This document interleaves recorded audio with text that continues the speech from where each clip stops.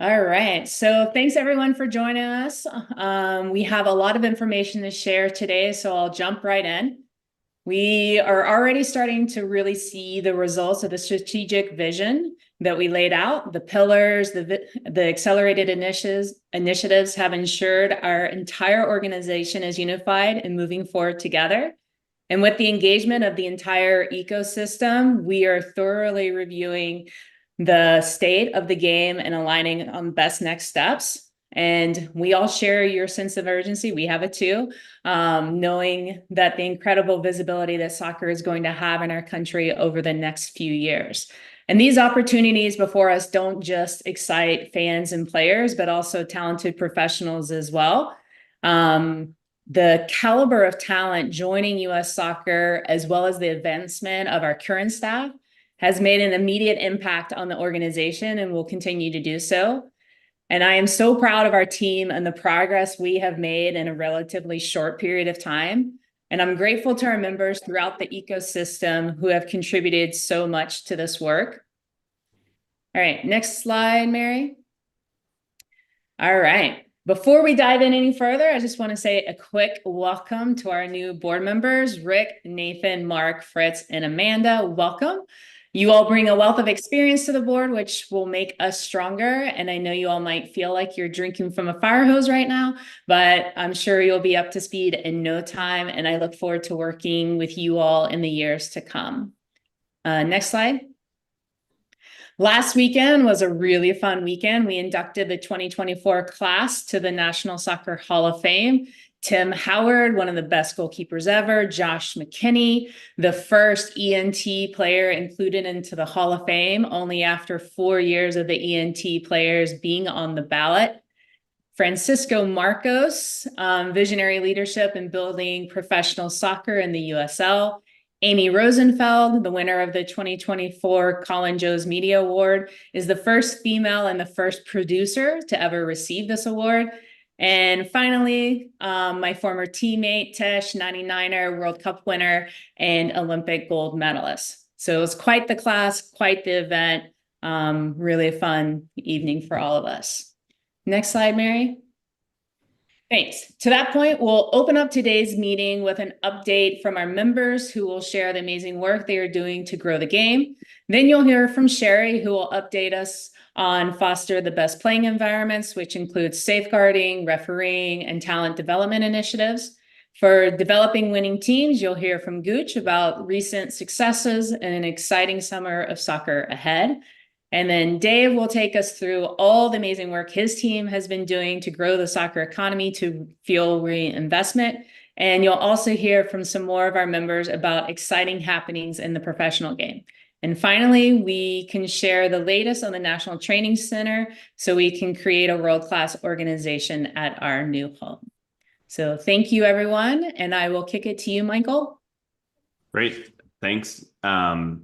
Let's start with Fritz. Do you want to give us a quick update from the adults?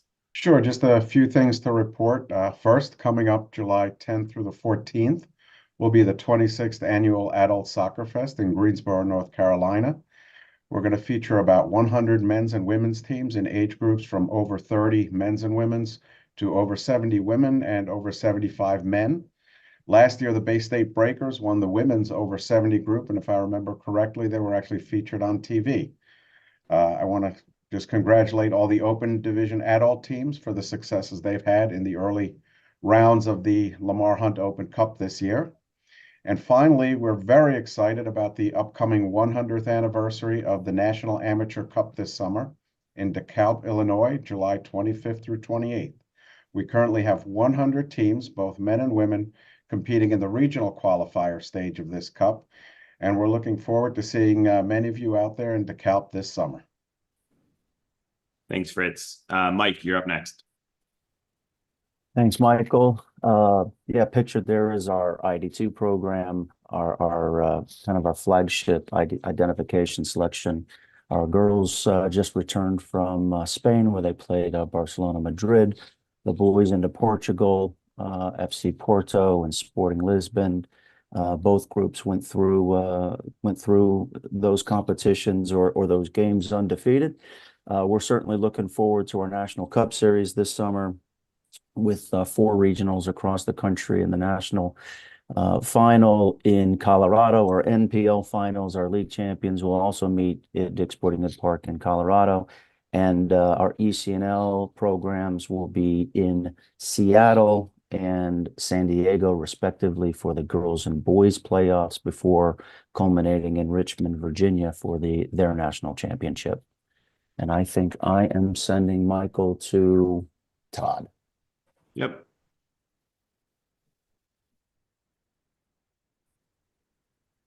Todd, are you there?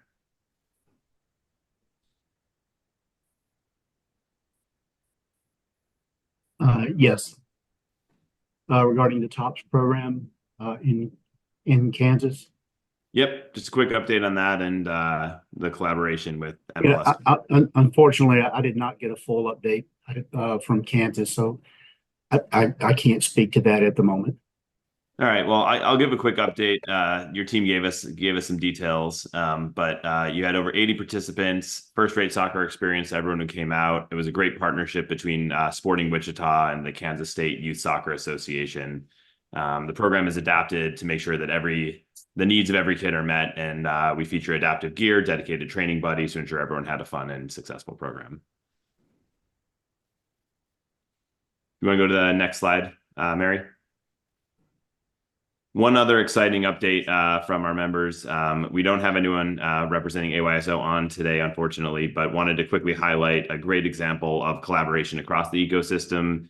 AYSO Community Clinic Series in Atlanta, which was a partnership between AYSO, Georgia State Soccer, Atlanta United, and US Soccer, as well as a number of local clubs, to bring a soccer experience to 450 kids in the metro Atlanta area in April. And for over half of the kids who participated, it was their first ever exposure to soccer. And we have a quick video to show if we go to the next slide.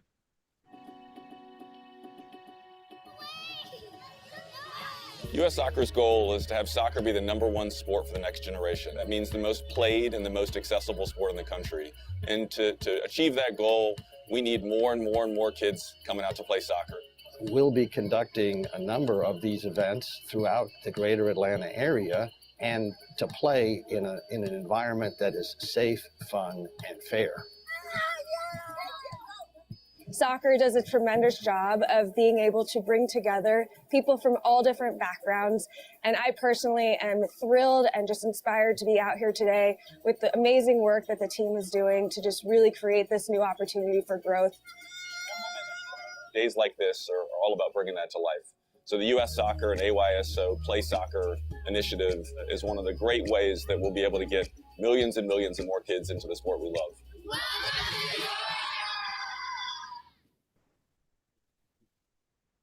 So every kid left with the greatest gift, a ball, ensuring they could continue playing well beyond their time at the clinic. In less than a month, AYSO has launched 8-week classes in 3 different locations in the metro Atlanta area to provide a deeper community-based and fun experience for those new participants. And we hope to hook them on the game we all love. I'm passing it to John to give a quick update from the At-Large Council. Thank you for letting me follow the video of cute kids playing soccer. I'm sure I'm anticlimactic after that. Plus, with about 17 or more members in the At-Large group, I'm not going to be able to cover all of them or highlight them all for the sake of brevity and keep our meeting on time, but I will try and rotate the different ones we cover from meeting to meeting if this is becoming a regular event. So we'll start with 3 quick highlights. First, the U.S. Youth Futsal Championship Series for the 23-24 season was its largest and most competitive to date. It included 19 state and regional championship events, highlighted some of the top futsal talent in the nation, with over 1,850 teams and 15,000 players playing. They hold their 2024 national championships in Kansas City in July 6th through 9th. So good thing they're indoors. Next, the Federation hosted its 3rd annual Adopt and Thrive Invitational in March in Georgia. The men's and women's CP national teams and Power Soccer national team were there. They were joined by the Federation's some additional DSO organizations for the Federation, including American Amputee Soccer Association, CP Soccer, Down Syndrome Sports of America Futsal. And then third, the 2024 Armed Forces Men's Soccer Championship was hosted by the Marine Corps Logistics Base in Albany, Georgia, at Albany State University in April 2 through 10. And it involved teams from Army, Marine Corps, Navy, Coast Guard was supplementing the Navy as well, and Air Force and Space Force playing together. Air Force took home the gold over Army in a 3-2 contest that they come from behind win. And then back to you, Michael. Thank you, John. All right, next slide. One last thing, and then I'll hand it off to Sherry. But I just wanted to give a quick update on Open Cup. This has been an exciting start to the tournament. We had an exciting round of 32 this week. I think what's really important to highlight is that the Open Cup has delivered on a couple of key priority areas for us. One, featuring community-based soccer that helps us grow the game all across the country. And two, providing a platform for up-and-coming players to test themselves in competitive matches. So through the round of 32, 80 matches have been played across 26 states, including the first ever Open Cup matches in the state of Vermont, which saw sold-out crowds and it drew a ton of social media engagement, including a famed Bernie Sanders bump. This was in addition to 100 matches played in the Open Division qualifying last fall across even more states, which is quite exciting and bringing the game all across the country. Then this week, if you tuned in, you would have seen in Queens an incredibly young New York City FC2 team pull off its second straight upset, earn the prize for the Division III team that made it the farthest in the tournament, and doing so with one of the youngest rosters in the competition as well. Then later that night, we saw over 5,000 fans packed into a stadium in Albuquerque, New Mexico to watch USL Championship Club New Mexico United pull off an exciting win there. So as you can see, these games are doing what we said they would do. We're developing young players, we're helping grow the game far and wide across the country, and finding authentic ways to connect with fans in their home market. So we're pleased that all Open Cup matches have been available free to stream on a number of online platforms, including ussoccer.com. Be sure to get your tickets and tune in online for some exciting round of 16 matchups on May 21st and May 22nd. All right, Sherry, over to you. Thank you, Michael. As many of you know, fostering best playing environments is all about creating the right environment for soccer participants to grow and develop. Team is hard at work creating products and services that will enable the ecosystem to grow and thrive. Our ecosystem review is off and running. We have initiated external working groups that are made up of both operational and technical leaders from the ecosystem, and they are busy identifying big time opportunities that we can tackle together. This will feed into defining the next round of products and services that will allow us to meet the needs of our stakeholders. For today, I'm going to touch on two specific things around creating best environments for play. The first is the Safe Soccer Clearance Program. I am excited to say we have officially beta launched our Safe Soccer Clearance Program as of April 30th. As a quick reminder, Safe Soccer Clearance Program will strengthen safeguarding by providing an option for green lighting eligible participants in addition to red lighting bad actors after an incident has occurred. After months of small-scale pilot testing and iterations, and huge thank you to everybody that has raised their hand, been a part of this process, given us great feedback. Our goal now, as we look at this beta launch, is to test the program at scale. So we are encouraging organizations to determine if the beta launch is right for your group by reviewing what you see on the right-hand side here of some of the different target characteristics. Those who meet a majority of these are likely very strong fits for the beta program, and we would love for you to be a part of it. Please reach out, please sign up. Overall, just really excited about the progress the team has made thus far, the feedback that we continue to receive to make this even better, and we remain dedicated to ensuring this program works and brings significant value to everyone. Shifting over now, beyond the Safe Soccer Clearance Program, I want to pivot to refereeing. I am excited to announce a critical hire that should signal to everyone how important referees are to U.S. soccer and our commitment to supporting an important stakeholder group within the ecosystem. Carrie Seitz, our new VP of refereeing, has joined us, started in April. I'm going to pass it over to Carrie to give a brief intro and share a few words. Thanks so much, Sherry. It's my pleasure to join U.S. Soccer to lead the transformation of refereeing in the United States. I bring 28 years of experience as a referee across every level in the U.S., 14 years representing the USA at the world stage, and 8 years at FIFA leading the referee development internationally. It's a big goal to make soccer the #1 sport in America, with refereeing needing to be an essential part of that success. I'm ready to take on the challenge. We have to grow the number of referees. We have to develop the quality of the referees, and we have to work together to create a safe working environment. We're going to do this together. And with the entire soccer community, everybody has a stake in refereeing success. I really believe the future is bright and there's lots of great things ahead. Looking forward to working with everyone. Back to you, Sherry.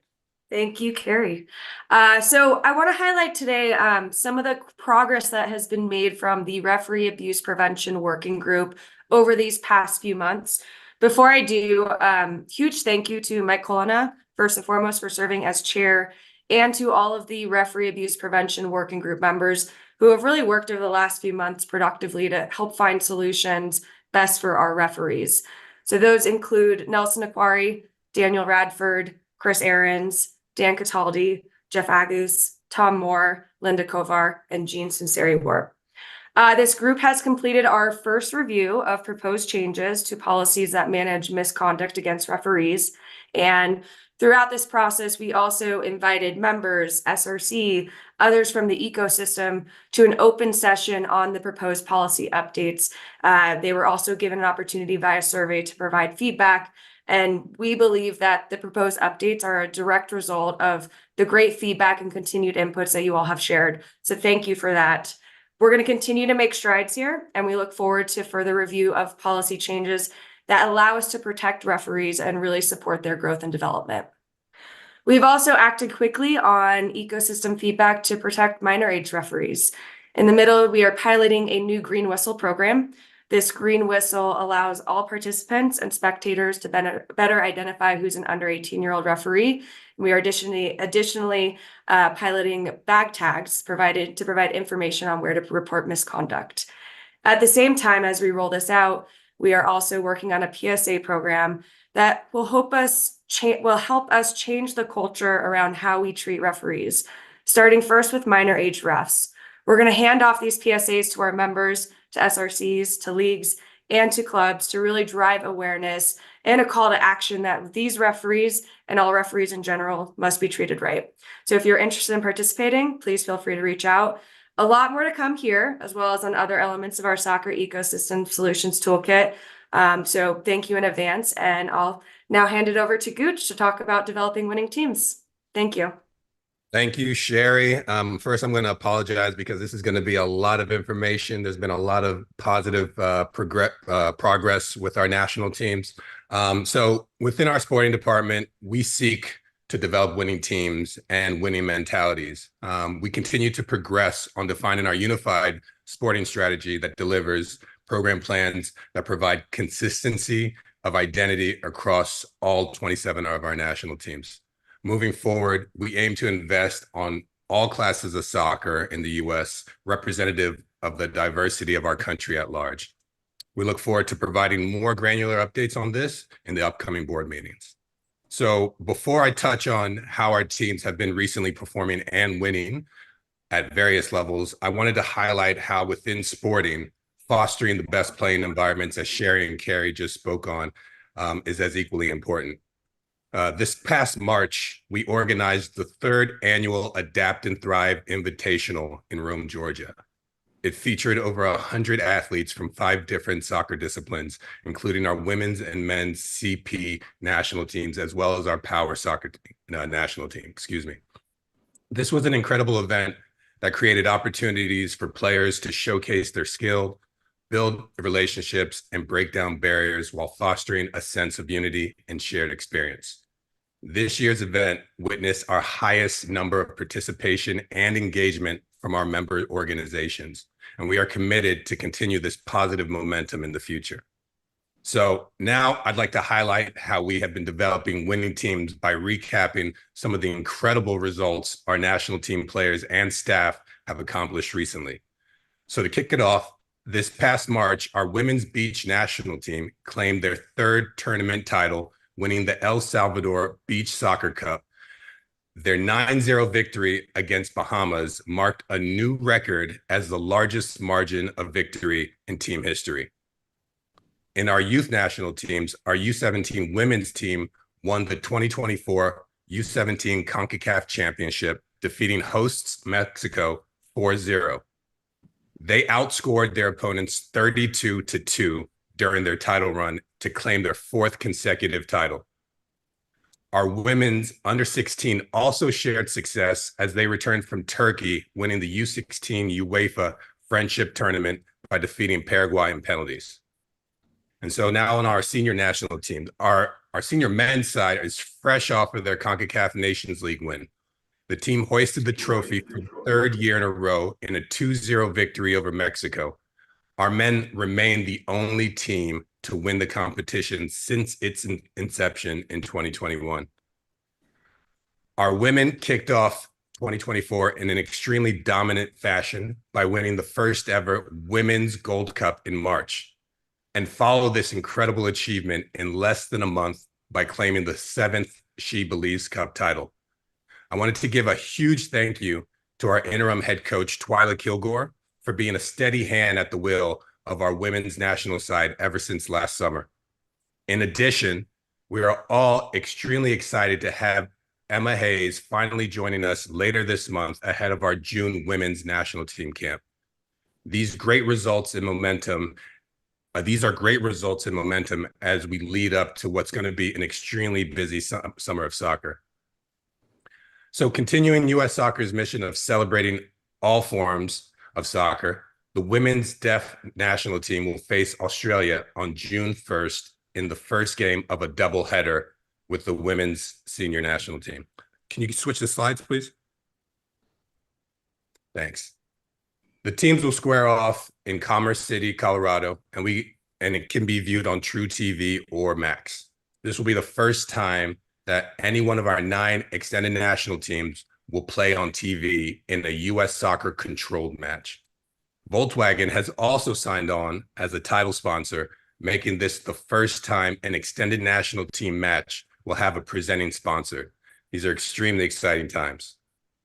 So, as you can see in the slides, later this summer, our women's side, senior side, will take on Costa Rica in their final match before the Paris Olympics on July 16th in Washington, D.C.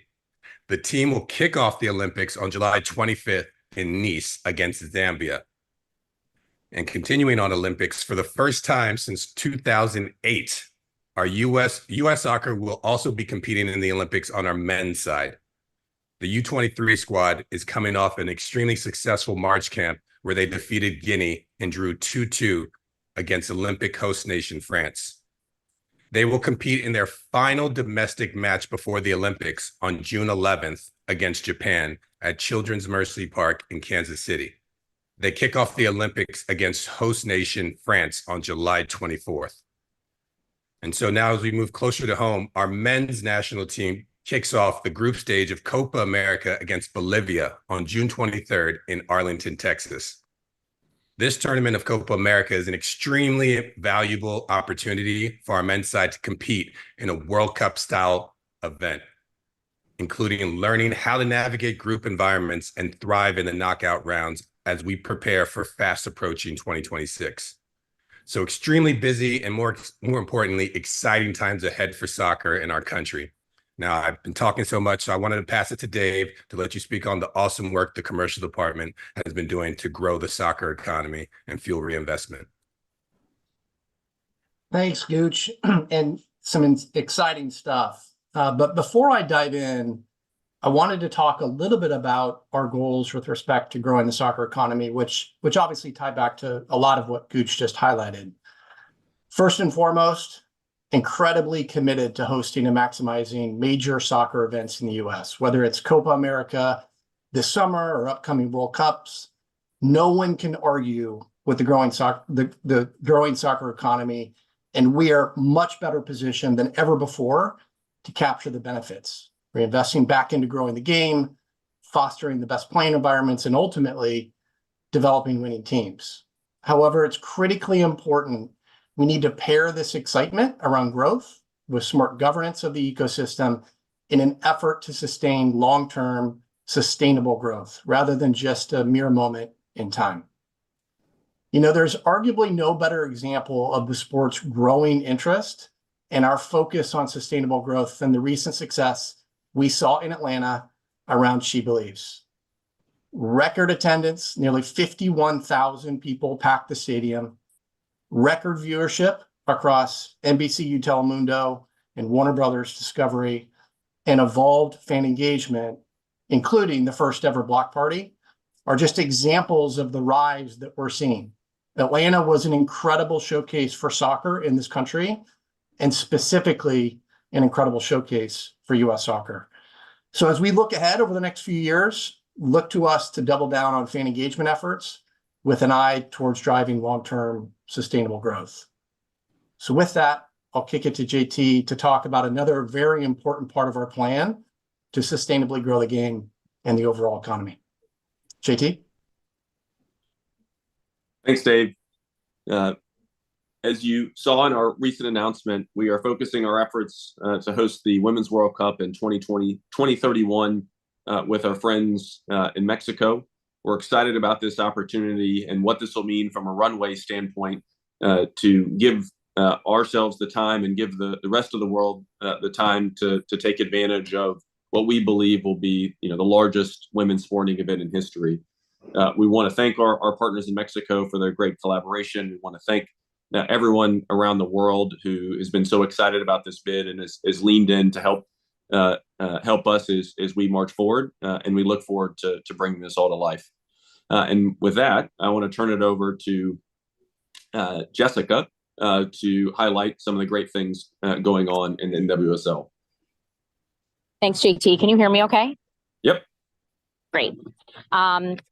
Couple of things since we last met. We obviously opened our season March 15. From an attendance perspective, through week 6 of our season, we're up over 13% year over year, and all of our digital platforms are up triple digits.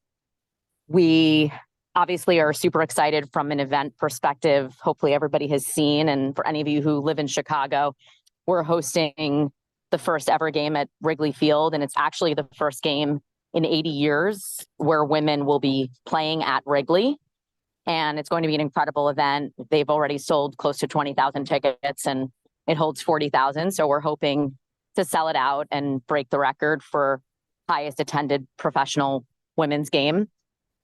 We launched our new media deal, and obviously it's the first of a 4-year deal.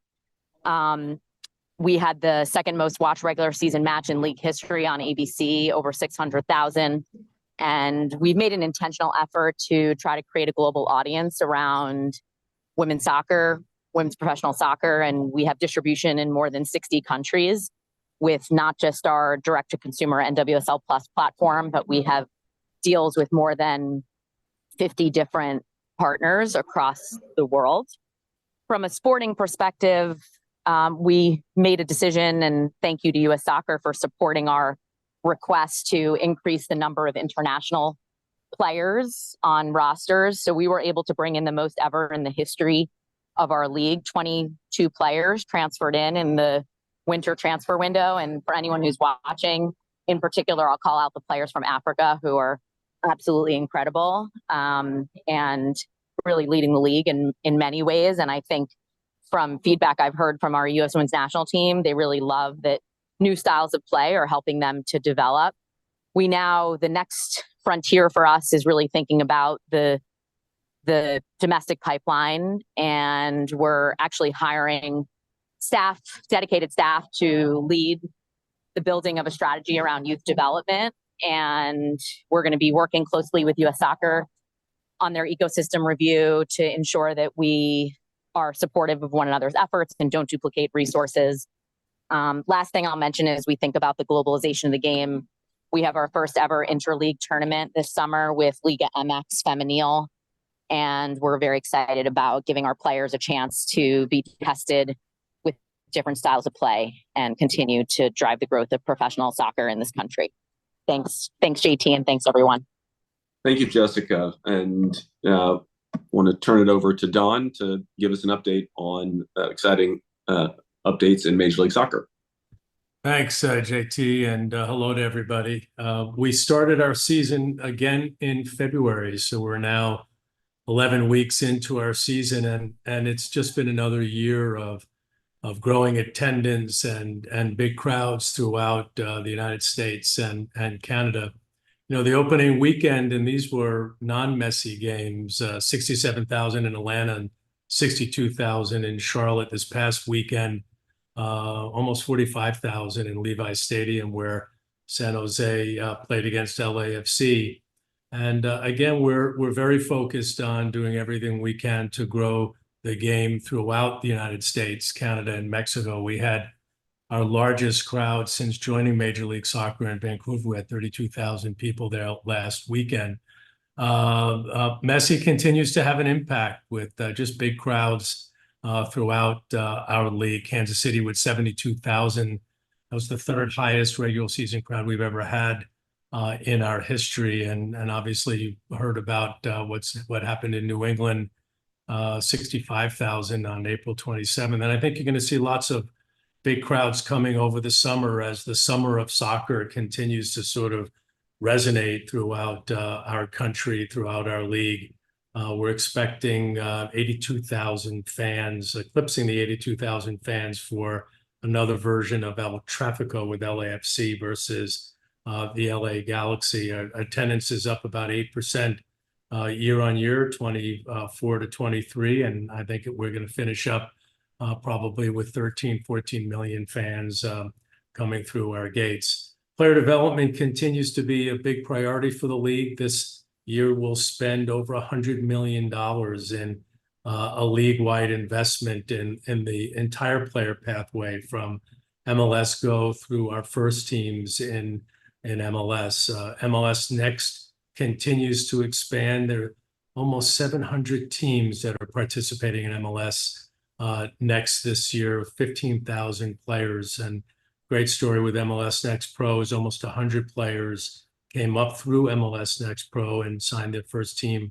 contracts. And exciting news, one of the great stories, I think, not just here, but around the world is the story of Kevin Sullivan, who just signed a pro contract. His brother Quinn, as you all know, probably know, I hope you know, plays as a regular starter for the Philadelphia Union. Kevin played for the under-15 CONCACAF championship for the U.S. and, a great story. And I think you're going to be hearing a lot more about Kevin in the years to come. The Columbus Crew will play the third MLS team playing in the final of the CONCACAF Champions Cup, take place on June 1st in Pachuca. And a good story here is homegrown player Aiden Morris scoring a great goal down in Monterey the other day. 2 to 3 of the regular starters on Columbus came up through the system, played in MLS Next Pro a couple of years ago. So a good story there with Columbus. We're all wishing them the best of luck in that game just coming up next couple of weeks. Our All-Star game will be on July 24th. MLS again versus Liga MX, and Leagues Cup kicks off its second year, end of July through the end of August. We're very, very excited about that tournament. Last year's Leagues Cup played a key role in 10 MLS teams qualifying for the CONCACAF Champions Cup this past year. So lots of excitement and lots of big things going on in our league. Arthur Blank, one of our early MLS team owners, and as you all know, major donor to the new training ground. Arthur will be honored with a Lifetime Achievement Award from the sports industry coming up in a couple of weeks. We're all very excited and proud of him and his commitment, not just to MLS, but to U.S. soccer and to the rest of the soccer world. Thanks, JT, and thanks, everyone. Thanks, Don. And excited to welcome Amanda to share all the positive news in the land of USL. Hi, thanks, JT. Hi, everyone.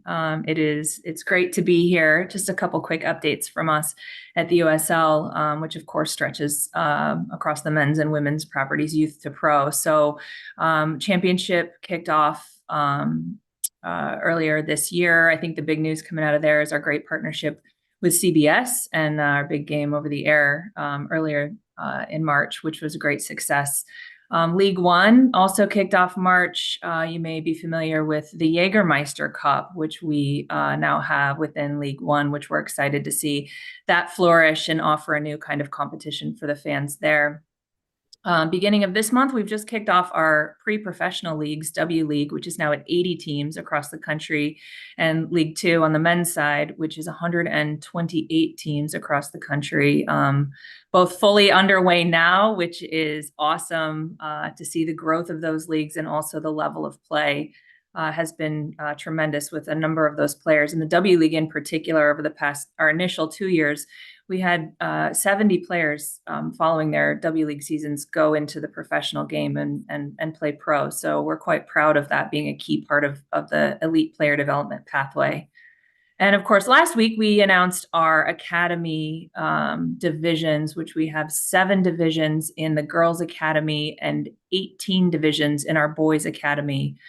So that's been exciting to see come to life. Of course, the big news in my world as the president of the Super League is the launch of the league in August. Yesterday, I was in Dallas. We announced the Dallas Trinity FC brand come to life. 7 of our 8 Super League brands have been announced, with DC to come in the coming weeks. We've announced a handful of players, so you'll start to see news about the Super League coming quickly, including, of course, our opening home openers and the schedule in due time. So all is on track, and we're really excited about the Super League kicking off in August. So thank you. Thanks, JT, and thanks, everyone. Thanks very much. I want to pass it over to Shell to give us exciting news on our FY24 budget results. Great, thanks JT.